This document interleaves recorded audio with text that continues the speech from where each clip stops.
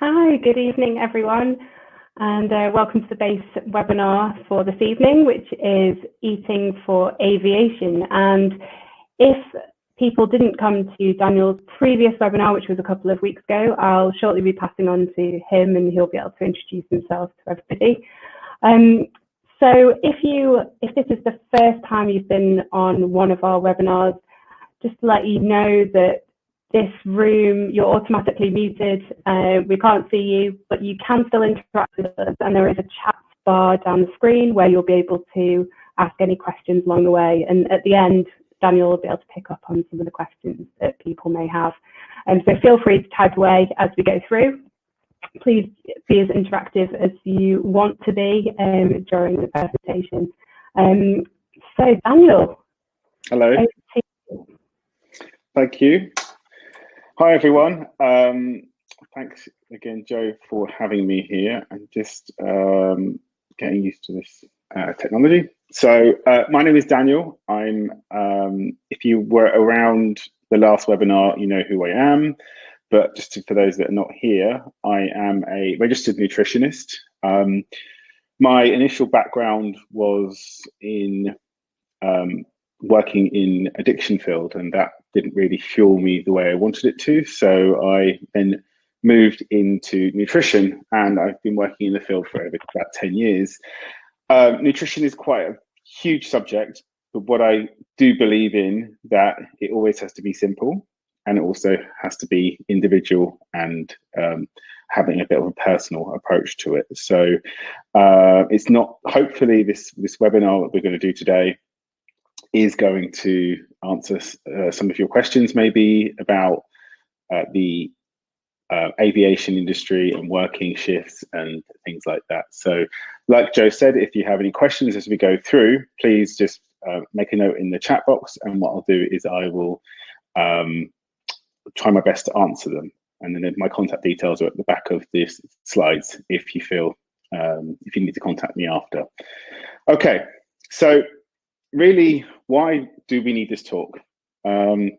People that work in aviation work shifts, and they also in the air, or working around the airports. That means early starts, long days, and this can really mean that you need adequate nutrition support for it. And for those that are pilots, cabin crew, we're really going to talk to you today about what to do before you're flying, what to do during your flight, and after flying. I'm going to show you really talk about plane food, and if and when and why you should be sticking to a diet or when you're traveling. One of the biggest questions I get asked about is, how do you manage jet lag? And so I put a few tips into the presentation for that. And then some of the topics that people talk a lot about are stress, skin, and also what supplements can they be linked to air travel as well. So it's quite a full talk, and I'll try my best to get through all of this in the time that we have. And hopefully you'll be able to take away something from it. And like I say, just do not, I always say, don't feel overwhelmed with what I'm saying. Don't feel you have to do everything at once. Even if it's just 2 changes that you do, then that's the best thing to do. And then you get those under your belt, and then you can try some more. So for those that, I just want you to think about the foundations. We discussed the foundations of a healthy diet in the last webinar. So if you haven't listened to it, please go back and view it again, because that explains what you have to do to eat healthy and for general health. The reason why I'm reminding you about this is because I think you need to, there's no way you can add further nutrition principles to an unhealthy foundation. So this diagram I have in front of me is a great handout, which you can just search wellbeing guidelines with the BANT website, and you can download this. And essentially it just shows you what to eat, how to eat, and the emphasis is on making sure your blood sugar is stable throughout the day. And essentially you would try to have 3 meals a day, and with snacks if 2 healthy snacks if you need them. Otherwise, some people don't need snacks. And then considering amount of health, water, drinking throughout the day, and some movement. So you see in this diagram that there's an element of a quarter of the plate is protein, which can be from your chickens, your fish, cheese, legumes, eggs, and then a quarter again we have your starch, which is your complex carbohydrates, brown rice, quinoa, buckwheat, and your root vegetables. And then the whole side of your plate there is for vegetables and above ground vegetables. So take that as your foundation. It's a bit more of a discussed in a bit more detail in this last webinar, but you need to get the foundations in order to be able to be healthy when you're traveling. So just a quick fact for you. When I was looking into aeroplane food, I sometimes do some writing for the Points guy, and I do when I do a bit of research around what are healthy options on the plane, you come across some quite important information. And do you know that your taste alters with altitude and pressure? So your sensitivity for sugar and salt drops. This means that you will less likely to taste your taste of food that's higher in sugar and higher in salt, because they prepare the meal to adapt your taste accordingly. So in your in-flight meal, there will be more sugar and salt than a meal on the ground. So think about that, and think about what if you're flying and traveling and eating the in-flight meal. I'm not saying everything's bad, but just consider this about the body and how you may think about it and adapt to it. So before flying, one of the things your actually recovery and nutritional well-being starts on the ground. This can be either if you're traveling for leisure or you're traveling for a shift. And like I say, I'm the one talking to you as a nutritionist here, and you're the one flying, and you think before a flight I have 0 time. So before flying, I'm thinking about if you do have some, or even the night before, this is what I want you to do. So the best way, if you are preparing everything the night before or preparing everything just before you fly, you're going to feel that you are accomplished. And when you get to the airport and when you're on the plane, you're more likely to eat healthy and forego unhealthy food options on the plane. One of the biggest things I always suggest is to prepare your own snacks. And this is either because the food on the plane and the snack bar is usually something around like a Cadbury's box, or lots of sugar and sweets, and even the healthiest option I've seen is a sugared cheesecake or a fruit platter with in a cake or dessert, or a processed sugary bar. So one of the key things I would always get people to do is to prepare their own snacks.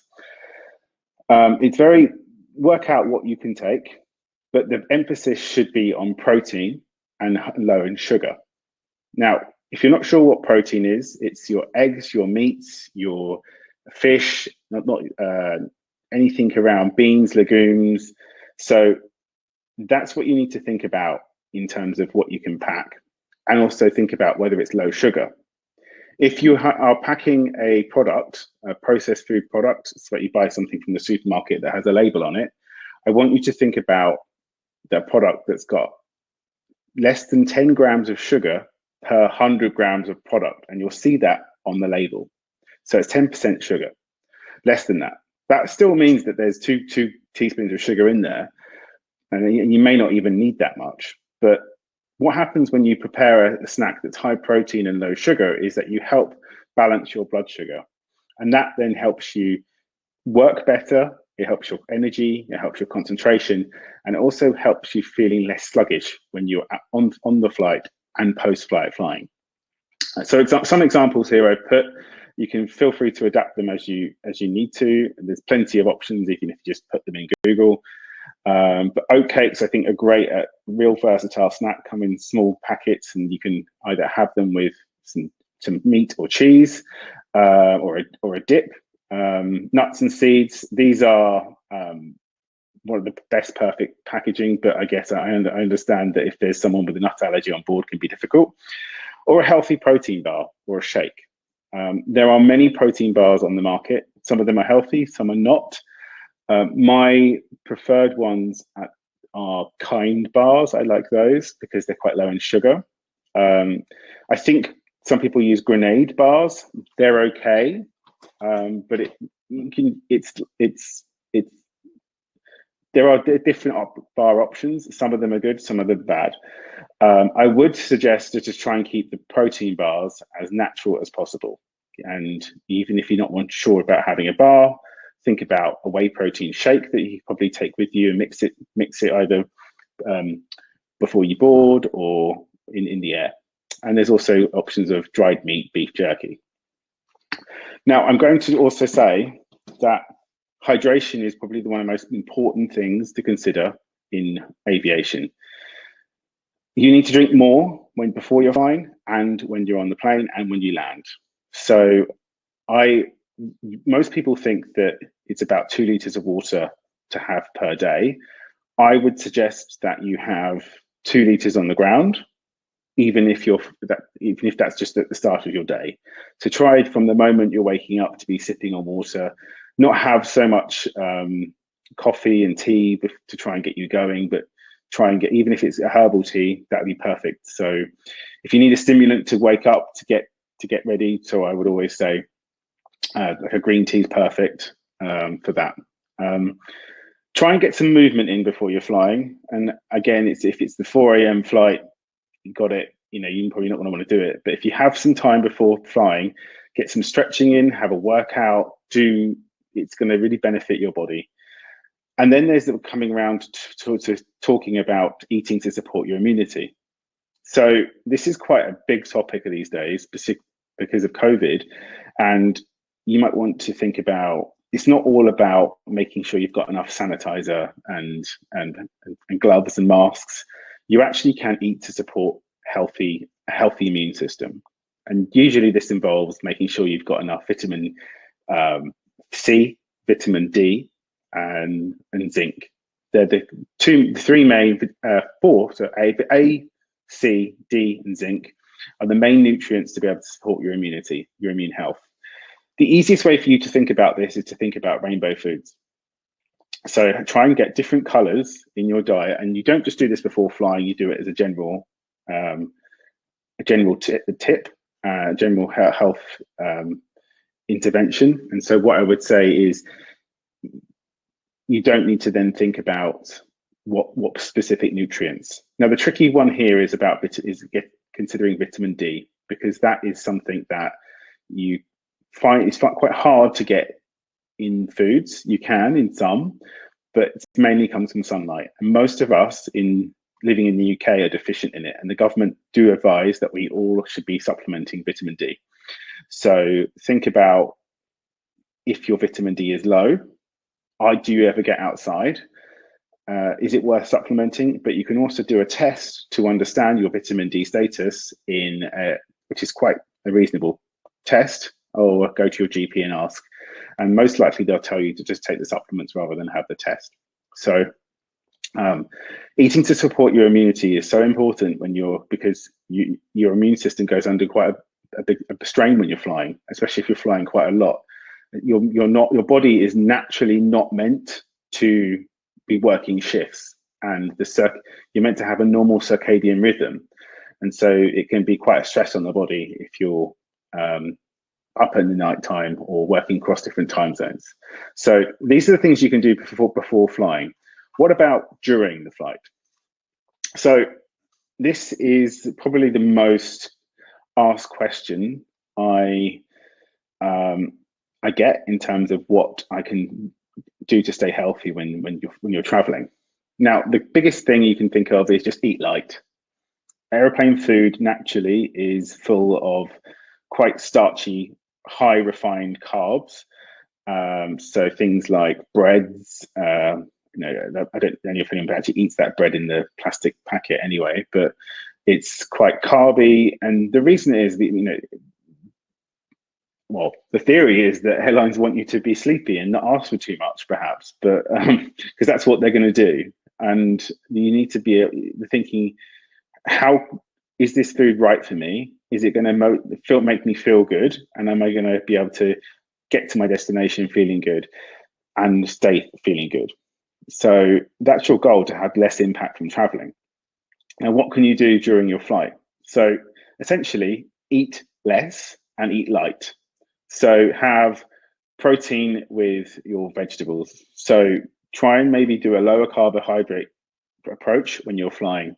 So that means less sugar.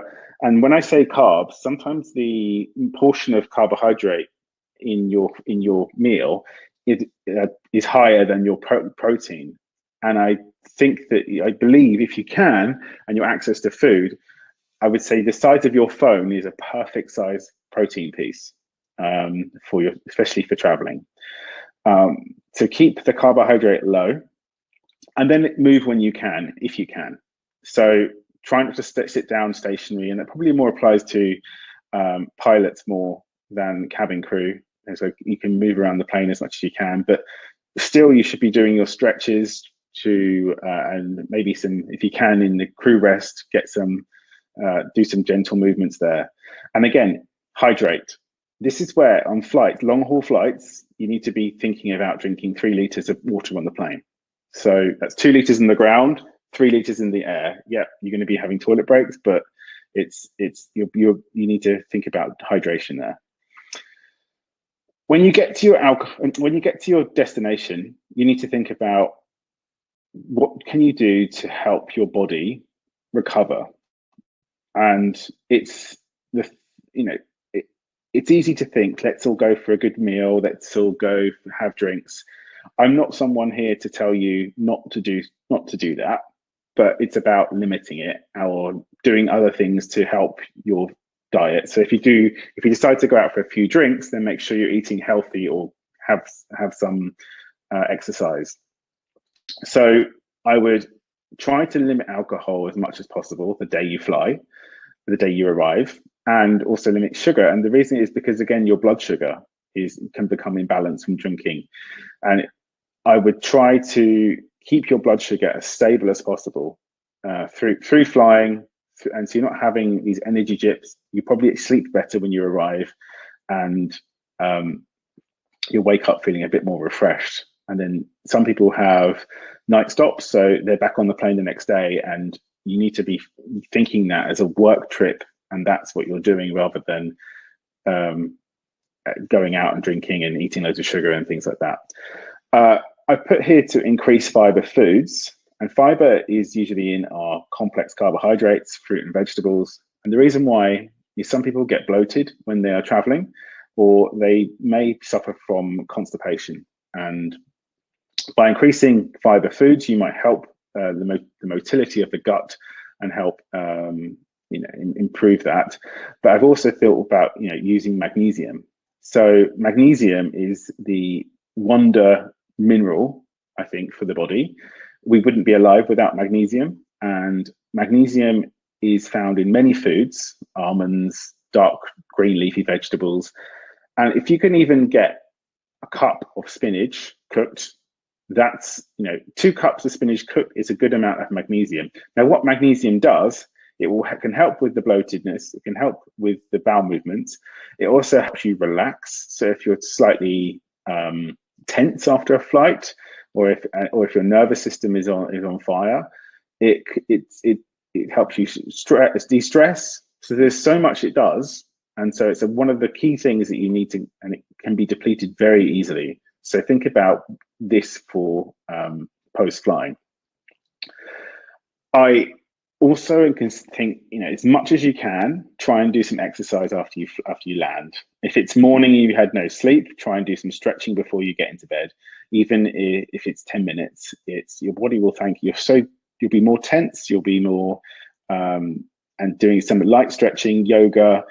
And if you've got the whole day, try and do a workout. You'll feel better from moving more. And again, then you have to hydrate more. It's really important, and I really want to hammer home, if you take one thing from this, is to hydrate more on the plane. Sometimes I've seen crew who only have a litre bottle of water for the whole flight, and when they get to the destination, it's coffee or the 500 mils next to the bed, what they've got. So try and make a conscious effort to get more water into your body. I've also put having a sleep tea. I am a big fan of sleep teas. I think they work quite nicely to help you relax. I would take them from the UK, or buy them in, if you go into the US, you can get them from health shops. But what they, if you're a bit awake and you don't want to rely on sleeping tablets, which may have been prescribed by a doctor, it might be something to just help you sleep if you're a bit tired but wired. When you are traveling, your hormone, a natural hormone called melatonin, gets a bit disrupted, and it's what helps us know when to go to bed. So it's dark now, we start to produce melatonin in the body, and it helps us to fall asleep. This can just aid it, helping sleep tea. So we'll talk more about supplements, and some people I know do take melatonin to sleep, but in the UK it's a prescription medication. In the US you can buy it freely, so it's a bit difficult to get hold of here. So but things are just ways to unwind, try to relax. If you have trouble sleeping anyway, find that there's no secret special thing, one thing that will help your sleep when you're post flying, but it's about calming down your nervous system, calming down your body, to be like, okay, we can relax now. And some people, it's really hard to actually be in that relaxed state rather than anything. And then if you're going to actually go out drinking, eating big rich foods, you're going to heighten that a bit more. So we've covered pre, during and post a flight. What about how do you stick to a diet when you're traveling? So before we go through this, diet is quite a big word. It's also quite a toxic word for some people. Sometimes they have to tell people not to be on stay on a diet. It can be always that you're trying to stick religiously to a diet, and you go somewhere where you can't control the food and you buck, or you go to a new place and there's reasons for trying to stick to it. So a lot of the time I pull people away from diets, and I think about 2 or 3 principles that they stick by regardless. And these can be examples of having certain meals through the day, or having limiting alcohol to 1 glass a night, or removing all processed refined sugar and only having healthier sugars in their diet. So this is what I would say to do is the best results come from not actually stressing about your diet too much, and just because you are in the aviation industry, it's very hard. Sometimes you're in a hotel room boiling, have a kettle, and that's all you've got. So you have to adapt to that, and there's no blueprint for that. You've got to make it personal, and there are rules that you would think about. Essentially, in sticking to a diet, you have to eat less. Every diet works as long as you stick to it. But it's me telling you that here's great things. Here's cut the sugar, cut the alcohol. Great, this, but it's important. But it's about how you feel, whether you're going to stick to it or not. So even in doing the pre, during, and post-flight, you're better to materials. You're better to feel better to be able to stick to your diet. If your blood sugar is stable, you're more likely to stick to your diet. You may, if you know about healthy alternatives, you're more likely to cut the sugar, reduce the alcohol, or choose a spirit and mixer. So in terms of alcohol, it's better to have a spirit and a soda than any other alcohol drink. And that doesn't mean that you can drink 20 of them, but rather than a sugar-laden cocktail, it's better to have a spirit and mixer and try and stick to that. So try and stick to a couple of rules that work really well. The thing is about food availability where you're going. are you going somewhere that doesn't have any foods that you're aware of, or it's just, you know, all you've got is a small shop to pick from, or can you find somewhere in your location where you can actually buy healthy snacks? If not, you've got to think about packing snacks for your trip. Have you got enough? Maybe it's protein bars, maybe it's having protein drinks, maybe it's knowing like nut pots or porridge or things like that. You've got to think of this in advance, otherwise you will get stuck and then end up eating chocolate or foods that you don't really want to be eating yourself. If you're going to have chocolate, try and pick the darker chocolate. So the more 80% chocolate be better. Otherwise, find where you're going and think about, is there anything at the airport where I can buy healthy snacks from? Is there anything anywhere in my destination? Is there a health store in my destination where I can buy this for? Again, keep the water up. And again, another reason to keep the water up is to sometimes you mistake hunger for thirst. Think about adding protein powders. They're not just for bodybuilders. A lot of my clients will use a protein powder to have a good breakfast option when there's nothing there. Can simply stir it into yogurt if it's easy, and they can come in single portions. That'd be good for traveling. And then think about what type of what eating schedule works for you. Some people do really well on intermittent fasting, and there are quite a few questions on this on the last webinar. In fact, every talk I do, I always get a question on intermittent fasting, and it's usually my answer to that is intermittent fasting worth it? Now, if it works for you, that's my answer. And so some people try it and they absolutely hate it. It doesn't mean that you have to go full 16 hours away from food, and that's what intermittent fasting is. Having the 16-8 diet, people call it, but you can actually do it either skipping breakfast or skipping your evening meal. And you don't have to do 16 hours at first. You can do 13 hours. That's the kind of, after 13 hours, you get the benefits from it. And that can be either from not feeling hunger, eating less, feeling more energized. But again, you still have to eat well in those 8 hours that you are actually eating. So usually, intermittent fasting can be a great tool when traveling, because you have long periods where you don't, either when you're traveling, you can do the fasting window, or when you're at your destination, you can, it can be a way to minimize the damage if you're going out in the evening to restaurants, etc. Otherwise, think about clock eating. Think about what times can you eat based on your destination, or so if you think you have 3 meals a day, 9-1-5 or 9-1-7, and with 2 snacks in between those times, and try and keep that in terms of timing as it is. So that's how to stick to your diet. There's quite it's a lot we could talk about with this, and it's also be a bit kind to yourself when you think about diets. So jet lag, another thing I get talked. Another thing that people ask me a lot about, and there's even universities in Israel done big studies on this and how to do it, and they've had a theory around it. I've tried to summarize a bit for you. The theory is very complex, but a lot of people think that the way to minimize jet lag is to not eat on the plane. So you eat on the board, or a week before you board. That could be a bit hard if you're working, but you probably might have seen this in people that get on the plane and just have water and sleep the whole time. It's maybe what they're doing, maybe because they're a frequent traveler and they feel better with not eating. So they eat before they board, depending on what time it is, and then don't eat on the plane, and then or eat at their destination.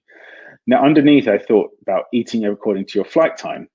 So if your flight is less than 3 hours, do you need to eat a meal on the plane? Just eat a meal when you get to the airport, and then the 3 hours. So we really only need to eat a meal every 5 hours. around that time. So a 3-hour flight is in that 5-hour window, so you don't need to eat after eating at the airport. For a flight about 5 hours, you eat at the airport and have maybe a snack on board, and then have a meal when you arrive at the airport, arrive at your hotel. And anything else, I would say, eat on the plane. Eat a meal and a snack on the plane for flights more than 5 hours, and more than 8 hours, 2 meals on the plane. So you see, that's the advice simplified. Again, do what works for you, and don't put your body under stress by not eating on the plane, but you're feeling starving. So, and go back to what I with a checklist about what you should be eating during a flight, because that's, if you're eating lighter foods, perhaps that's better for you. A low carbohydrate diet might be better for jet lag. Then think about what you can do during the flight and post-flight for thinking about hydration, as with water, but also about your electrolytes. So sometimes people will take a electrolyte supplement, which can actually help make them feel a bit better and less groggy from the jet lag or associated flight feelings. Other thing I would say is get outside when you can. As soon as if you arrive in the daytime, get outside and allow the sun to hit you, allow the sun to hit your skin, because it's very good for helping reset your circadian rhythm. And then think about, is it worth napping? Now, napping works great for some. I would say to not have too much of a 40-minute nap max on your destination, if it's before 12 or 1. So after 1, try not to nap, and then you can probably help with the jet lag a bit better. But try these tips, and as well as the eating well, and it can help minimize jet lag when you are on traveling. Joe asked me to talk about stress, and I think that's very important for people in the aviation industry, especially right now. And I think even when shift working is a stress on the body itself. So I think it's important to think to allow yourself rest. If you're tired, you don't need to go and explore this city or go and catch up with these friends. It's okay to sleep. Think about your workouts, what you're doing on your trip, but also what you're doing at home. Now, the biggest stressor I have seen in this modern times is high intensity workouts. I don't think they're that good for your stress systems, especially if you add life stress to it. So think about, I would prefer moderate energy workouts. You should leave a workout feeling very accomplished and you've achieved everything. Feel good and not beasted. And if you're doing too much of that, that is going to be a complete stress in itself. And then on top of that, not eating enough or the right foods, it's going to add to stress further. Consider your screen time and what you're doing on your phone. Maybe think about not looking at your phone all the time before bed. It's probably the worst thing you can do. I know we're all guilty of it, but the blue light can be a stress for the body itself and impact the body's production of melatonin. Eat well, we've covered this, limiting caffeine, alcohol, and think about what foods you can be adding. And again, it goes back to the vitamin C foods. Red peppers are the best sources of vitamin C in our diets. Broccoli is good, and also citrus foods, but you think of navigate towards citrus foods. And these are the foods, again, magnesium is a very important food for stress. So if you're under intense stress, be kind to yourself, try and work out what's going on and address that itself.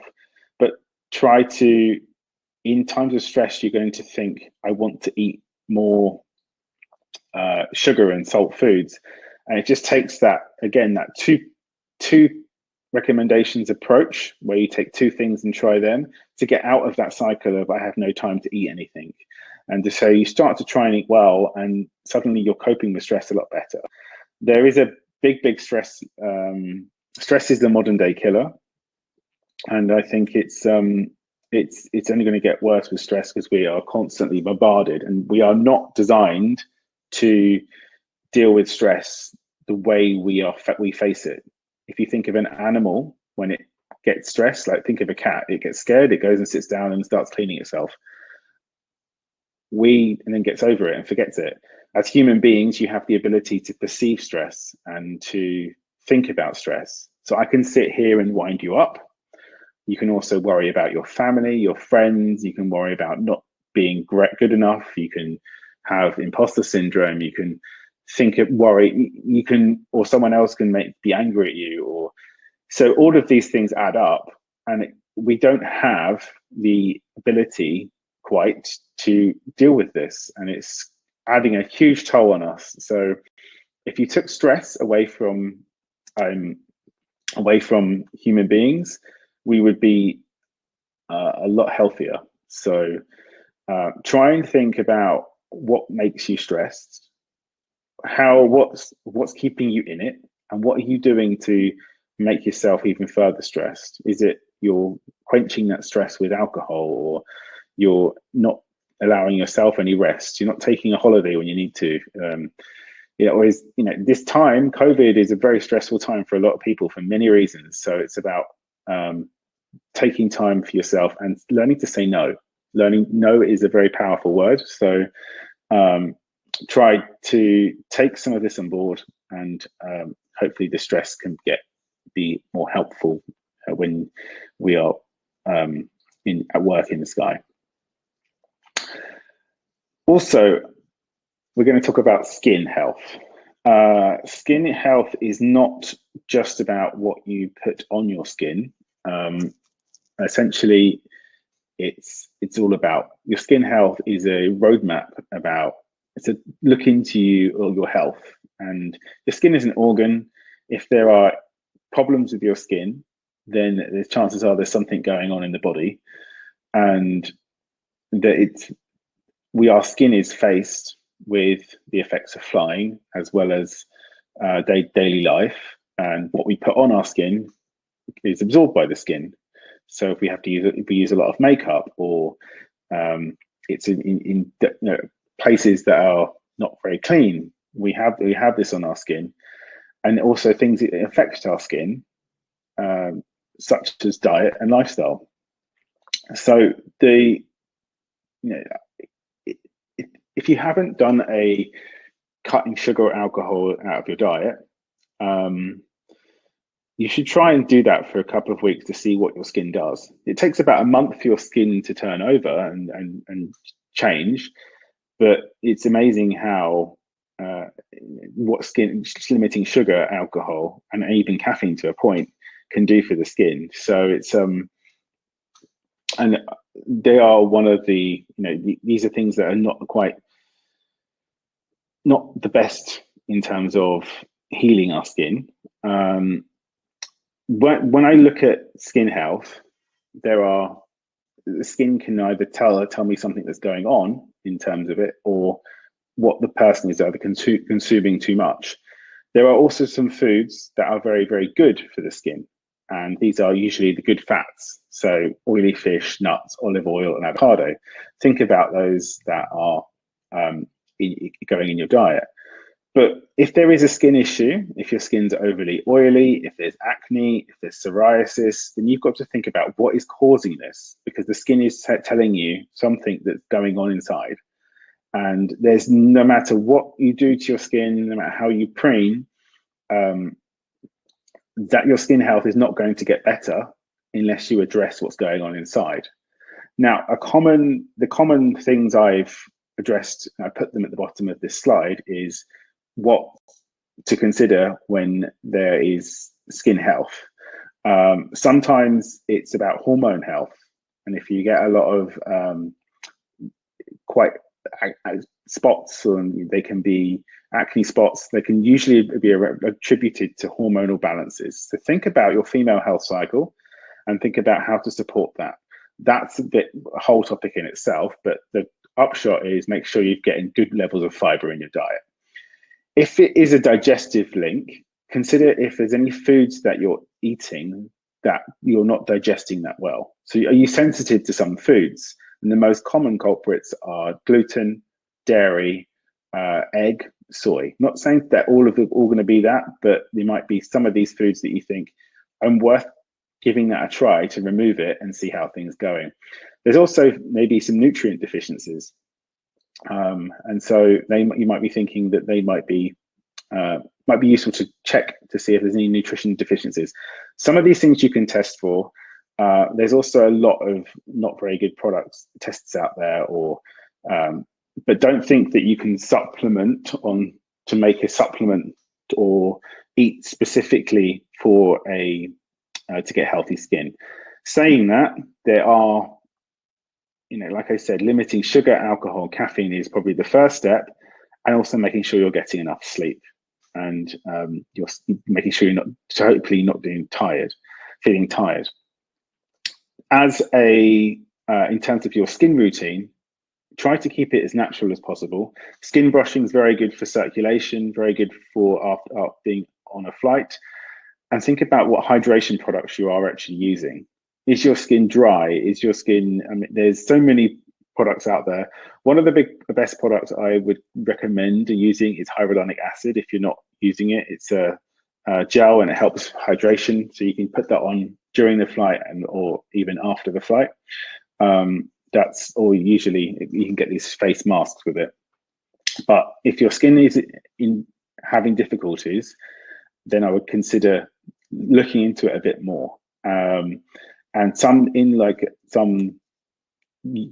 depending on where the problem with the skin is, you can probably point to where it is in terms of what's going on in the body. But there are tests to understand what's going on in whether it's your hormones, whether it's digestive issues, whether it's, but start with doing the simple things like removing sugar and eating a better diet to able to help your skin. Now this brings us on to supplements.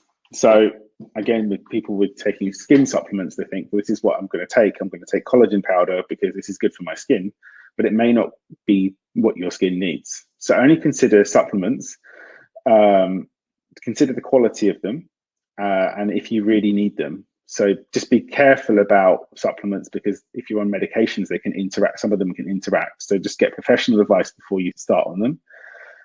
But my top flying supplements are below. So things such as probiotics. I think these are one of the must-haves to take with you traveling. And they may help with bloating, but also can help prevent travelers' diarrhea. And there's a specific probiotic for traveling. It has a strain of bacteria called Saccharomyces boulardii.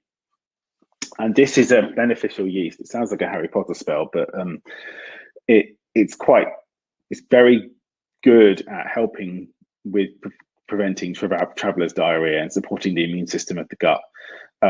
I've also put in magnesium, and there's different types of magnesium, and depending on what the purpose is, magnesium is good for helping the nervous system, as we discussed, and so I like magnesium glycinate. It helps to calm the body after flying.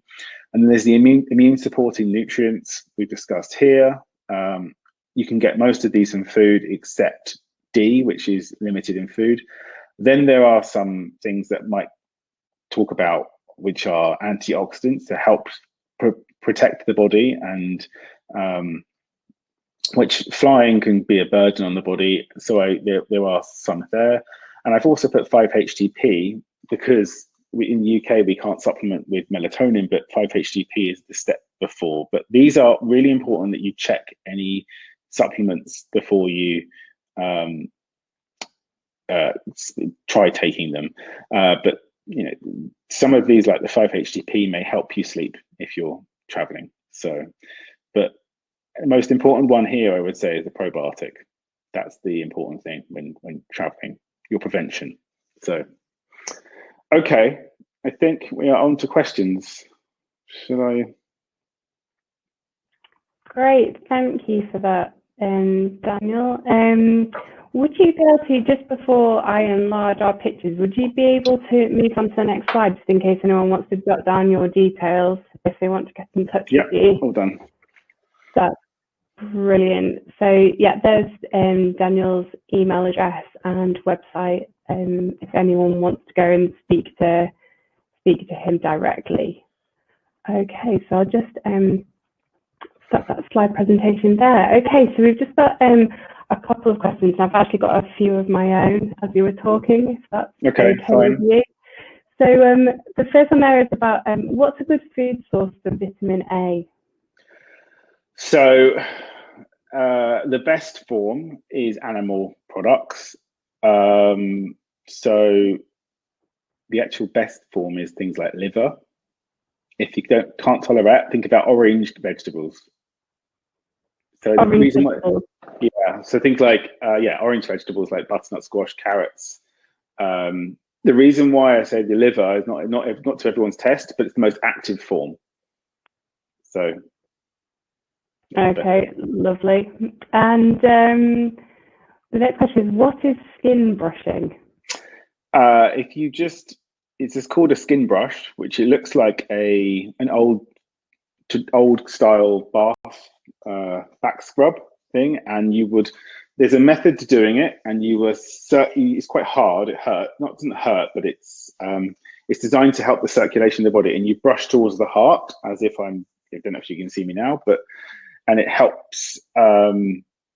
It can help almost bring the body alive after traveling, and it's good for circulation. So you can buy them very, very cheaply, even in Boots sell them, or any other and there's a method to do it online. So I recommend watching a clip on that. Okay, great. And Mark's made a comment a very good comment about balancing. It's all about balance in terms of your diet. So just acknowledge that comment. Mark, if you've got a very specific question to do with a balanced diet, please type it in now while we're still running through the questions, and we'll get around to answering that. Yeah. So Louise says, I live in Cyprus, so I get a lot of sunshine, but still was insufficient in vitamin D, and so I started supplementing. Do you have any idea why that would happen? Without knowing anything else about you, sometimes if you have darker skin, it can be an absorption issue. It depends on whether you're using SPF as well. That might have an impact. It could be a genetic reason why you're still insufficient. Or is the vitamin D not converting? So, if you're supplementing and you don't have enough vitamin D, then it's about the level of vitamin D that you take. So if you are deficient, I would say a standard general dose is 1,000 IUs a day. If you are deficient, then it's probably 5,000 IUs a day. But make sure you're taking vitamin D3 if that's the case. Vitamin D3, okay. Thank you. We've got a question here from Sarah. In your opinion, what is the easiest, simplest way to lose weight? Okay, I'll probably address Mark's question here. I think he had a question. The word balance has come into play a lot in recent times, and it's the kind of, I'm going to give you an answer, but it's a very politician answer in terms of, I hate it, and I think what actually works though, essentially losing weight, eating less.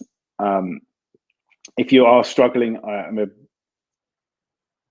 these 3 things I would say to try. Cut alcohol from your diet for a week, see how things go.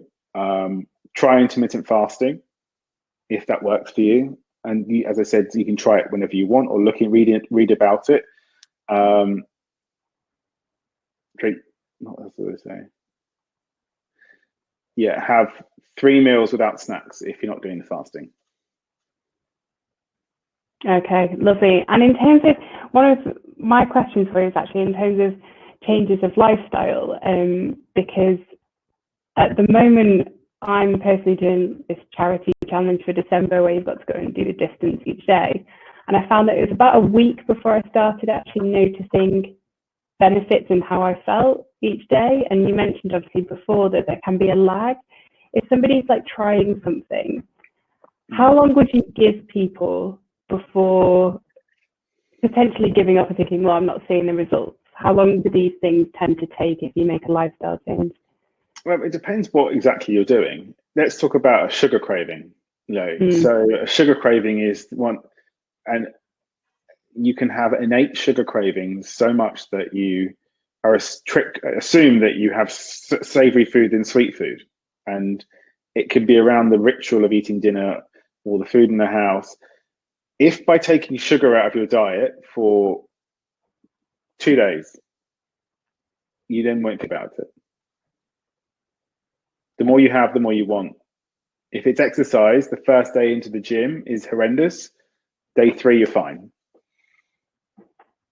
So it's just about working. I think that's like if it's a skin health issue, it takes a month. If it's weight loss and not seeing, I would aim for what is making a difference, even if you're only losing 2 pounds a week, or you lost 1 pound a week, or you fit into your jeans, even though you stay the same weight. That's the goalpost. There's no way around that. Okay, so just sort of perseverance and just waiting to feel the effect, just keeping it up, even if you don't instantly get that. Yeah, it's an instant thing. And I always think that, take the amount of time it took you to you can't master it overnight. So and you never will master it. Just take some. Ultimately, if it doesn't work eventually, then you'll know in a month's time or 2 months' time. But or what other things around it are doing. So yeah, brilliant. My other question was about ready meals.